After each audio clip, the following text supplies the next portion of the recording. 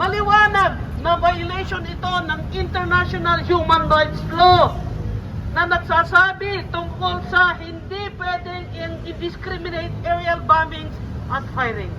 Mga lupang ninuno para gawing mga minahan para pagsilbihan ng interes ng mga nagaharing uri.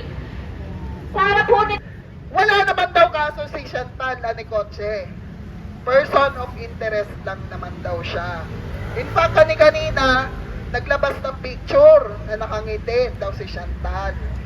At kahapon, sinabi daw ng 2nd Infantry Division na nag-execute ng undertaking si Chantal para manatili sa ospital sa loob ng Camp Kapimpin. Alam po ninyo, lumang tugtugin na yan!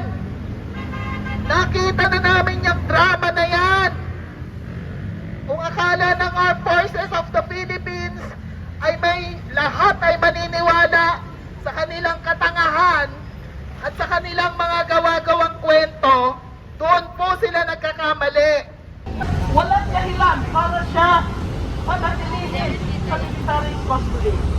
Free! Free Chantal! Now!